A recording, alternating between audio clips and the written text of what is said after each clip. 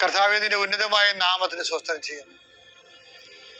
കർത്താവിന്റെ വിശുദ്ധ പൗരോഹിത്യത്തെ മഹത്വപ്പെടുന്നു.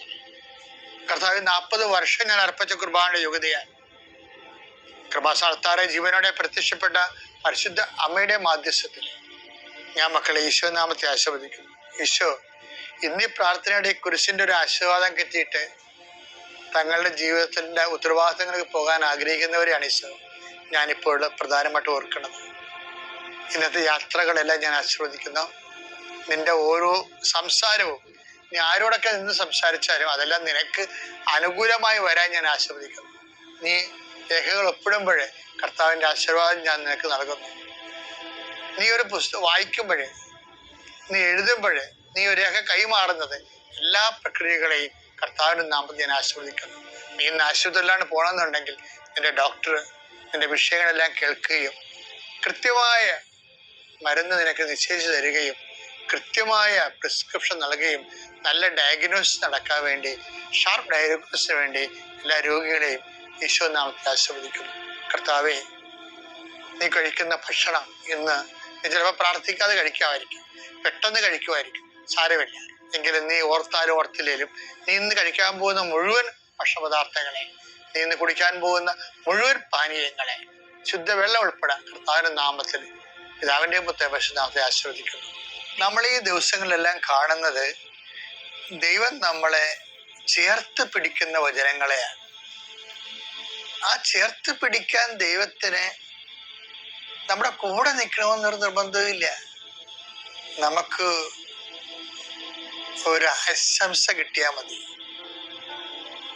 ആശംസ കൊണ്ട് അതിജീവിക്കുന്ന ഒരു വലിയൊരു ദൈവാനുഭവം എസെക്കിയേലിന്റെ പുസ്തകത്തിലുണ്ട്. എസെക്കിയേൽ 16-ാം അധ്യായം 6-7 വാക്യങ്ങൾ.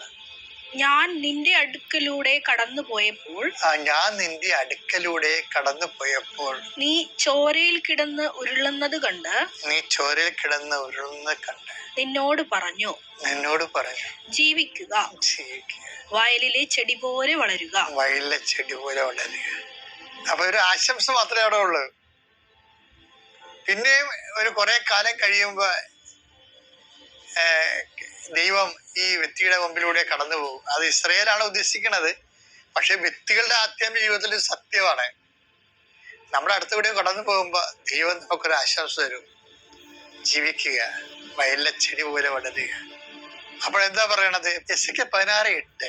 ഞാൻ വീണ്ടും നിന്റെ അടുക്കിലൂടെ കടന്നു പോയി നിന്നെ നോക്കി നിനക്ക് വിവാഹപ്രായമായെന്ന് ഞാൻ മനസ്സിലാക്കി. എന്റെ മേലങ്കി കൊണ്ട് നിന്റെ നഗ്നത ഞാൻ മറച്ചു. ഞാൻ നിന്നോട് സ്നേഹവാഗ്ദാനത്തോടെ ഒരു ഉടമ്പടി ചെയ്തു. അങ്ങനെ നീ എന്റേതായി തീർന്നു. വിഷയം എന്ന് പറയുന്നത്, ഉടമ്പടി എന്ന് പറയുന്നത് നിസ്സാര വിഷയമല്ല. നമ്മളെ അനാഥമായി ഓർഫണായി അഡ്രസ് ഇല്ലാതെ കിടക്കുമ്പോ നമ്മളൊരു ഉടമ്പടി ദൈവമായിട്ട് ചെയ്ത് കഴിയുമ്പോ ദൈവത്തിന്റെ എല്ലാ വാഗ്ദാനത്തെ കുറിച്ച് അവിടെ പറയുന്നുണ്ട്. ഞാൻ നിന്നോട് സ്നേഹവാഗ്ദാനത്തോടെ ഒരു ഉടമ്പടി ചെയ്തു. അങ്ങനെ നീ എന്റേതായി തീർന്നു. അപ്പൊ നമ്മള് ഈ ഉടമ്പടി ചെയ്യുമ്പോൾ എന്താ സംഭവിക്കണത്?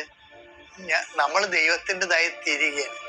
അതോടുകൂടി നമ്മുടെ എല്ലാ ദുഃഖങ്ങളും ഭാരങ്ങളും പ്രശ്നങ്ങളും ദൈവത്തിൻ്റെതാണ്. ദൈവത്തിന് അറിയാം അതെങ്ങനെ പരിഹരിക്കണമെന്ന്. ഇതിന്റെ ഉടമ്പടി നീ വിശ്വസ്ത പാലിച്ച് മുന്നോട്ട് പോവുക.